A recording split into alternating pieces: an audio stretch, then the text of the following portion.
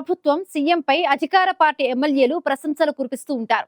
కానీ యూపీలో అనూహ్యంగా ప్రతిపక్ష పార్టీకి చెందిన ఓ ఎమ్మెల్యే సీఎం యోగిపై ప్రశంసలు కురిపించడంతో ఒక్కసారిగా అందరూ ఆశ్చర్యపోయారు.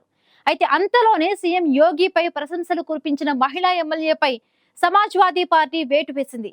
తమ పార్టీ వ్యతిరేక కార్యకలాపాలు, క్రమశిక్షణ రాహిత్యానికి పాల్పడ్డారని, ముందస్తు హెచ్చరికలు ఉన్నప్పటికీ పార్టీకి నష్టం చేకూర్చారని పేర్కొంటూ సదరు మహిళా ఎమ్మెల్యేను సమాజ్వాదీ పార్టీ సస్పెండ్ చేయడం యూపీ రాజకీయాల్లో హాట్ టాపిక్ గా మారింది.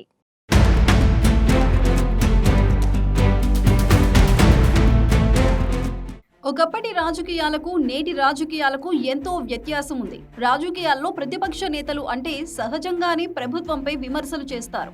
కానీ ప్రభుత్వం ఏదైనా మంచి పని చేస్తే మాత్రం ప్రభుత్వాన్నో ముఖ్యమంత్రినో ప్రశంసించే సాహసం చేయరు. అలా చేయడం ద్వారా ఎక్కడ అధికార పార్టీ పాలన బాగుందని మనం ఒప్పుకున్నట్లు అవుతుందో అనే భయం ప్రతిపక్ష పార్టీలను వెంటాడుతుంది.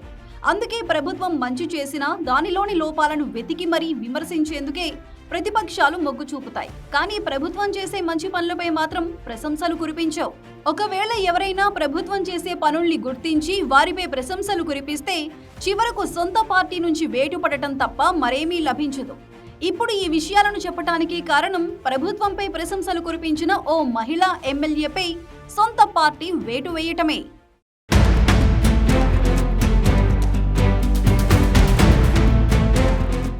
ఉత్తరప్రదేశ్లోని యోగి ఆదిత్యనాథ్ ప్రభుత్వం మాఫియాపై ఉక్కుపాదం మోపుతోంది. రాష్ట్రంలోని గ్యాంగ్స్టర్లను ఎన్కౌంటర్లు చేస్తోంది. యోగి ప్రభుత్వం ఎంతో మంది పేరు మోసిన గ్యాంగ్స్టర్లను అంతమొందించింది. ఉత్తరప్రదేశ్లోని 2005లో బహుజన్ సమాజ్ పార్టీ ఎమ్మెల్యే రాజ్పాల్ హత్యకు గురి కావటం అప్పట్లో సంచలనం రేపింది.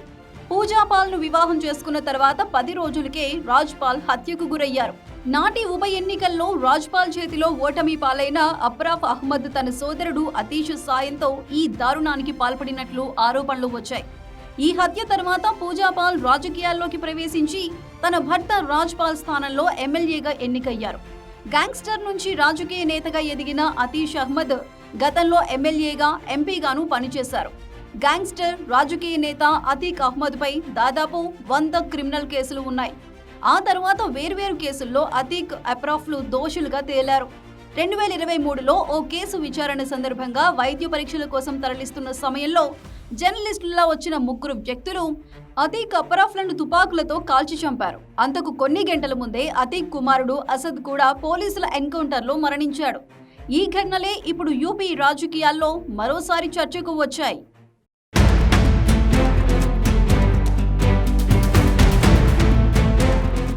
సాధారణంగా అసెంబ్లీలో సీఎంను అధికార పార్టీ ఎమ్మెల్యేలు పొగుడుతారు, విపక్ష ఎమ్మెల్యేలు విమర్శిస్తారు. అది సర్వసాధారణమే. కానీ యూపీ అసెంబ్లీలో మాత్రం ఊహించని విధంగా ప్రతిపక్ష ఎమ్మెల్యే ముఖ్యమంత్రిపై ప్రశంసలు కురిపించారు. ప్రతిపక్ష సమాజ్వాదీ పార్టీకి చెందిన ఎమ్మెల్యే యూపీ సీఎం ఆదిత్యనాథ్పై ప్రశంసలు కురిపించారు.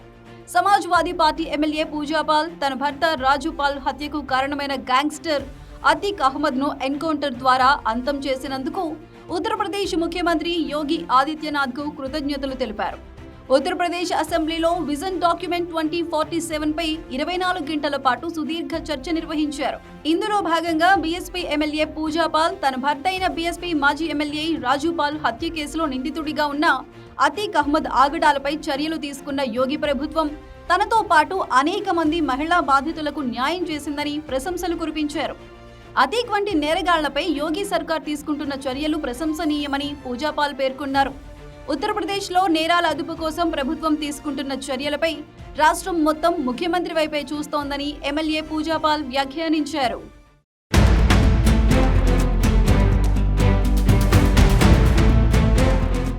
యూపీలోని యోగి సర్కార్పై ఎస్పీ మహిళా ఎమ్మెల్యే పూజాపాల్ ప్రశంసలు కురిపించడం హర్షించదగ్గ విషయమే. యోగి ప్రభుత్వం గ్యాంగ్స్టర్ల పట్ల కఠినంగా వ్యవహరిస్తూ ఎంతో మంది బాధితులకు న్యాయం చేశారని అసెంబ్లీలో ఎమ్మెల్యే పూజాపాల్ వ్యాఖ్యలు చేయడం సొంత పార్టీ అగ్రనాయకత్వానికి రుచించలేదు. తమ పార్టీ వ్యతిరేక కార్యకలాపాలు, క్రమశిక్షణ రాహిత్యానికి పాల్పడ్డారని, ముందస్తు హెచ్చరికలు ఉన్నప్పటికీ పార్టీకి నష్టం చేకూర్చారని పేర్కొంటూ అఖిలేష్ యాదవ్ ఎమ్మెల్యే పూజాపాల్పై వేటు వేశారు. యోగి సర్కార్ తన భర్తను హత్య చేసిన వారిని శిక్షించి తనకు న్యాయం చేసిందని ఎస్పీ ఎమ్మెల్యే పూజాపాల్ చేసిన వ్యాఖ్యలు ఆమె సస్పెండ్కు కారణమయ్యాయి. అధికారంలో ఉన్న యోగి సర్కార్ మంచు చేస్తే తనకు న్యాయం జరిగిందని ఒక ఎమ్మెల్యే కూడా చెప్పలేని పరిస్థితి మన దేశ రాజకీయాల్లో ఉందని చెప్పటానికి ఈ ఘటనే నిదర్శనం.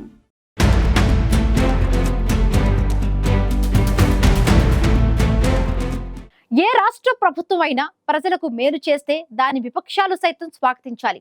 కానీ నేటి రాజకీయాల్లో ప్రభుత్వాన్ని విమర్శించడమే పనిగా పెట్టుకుంటున్న విపక్షాలు ప్రభుత్వం చివరకు మంచి చేసినా దానిపై ప్రశంసలు కురిపించడం లేదు. ఒకవేళ ఎవరైనా ప్రభుత్వ పనులు గుర్తించి ప్రశంసలు కురిపిస్తే వారిపై వేటు వేయడం వంటివి చేస్తున్నాయి ప్రతిపక్ష పార్టీలు. ప్రతిపక్షాలు అంటే ప్రభుత్వానికి ప్రత్యర్థులు కాదు, ప్రజా సమస్యలపై పోరాడుతూ ప్రభుత్వాన్ని ప్రశ్నించే హక్కు గలవి. ప్రభుత్వం సరైన మార్గంలో నడిచేలా, సంక్షేమ పాలనలు అందించేలా దిశానిర్దేశం చేసే బాధ్యత ప్రతిపక్షాలది అని రాజకీయ పార్టీలు ఎప్పుడు గ్రహిస్తాయో.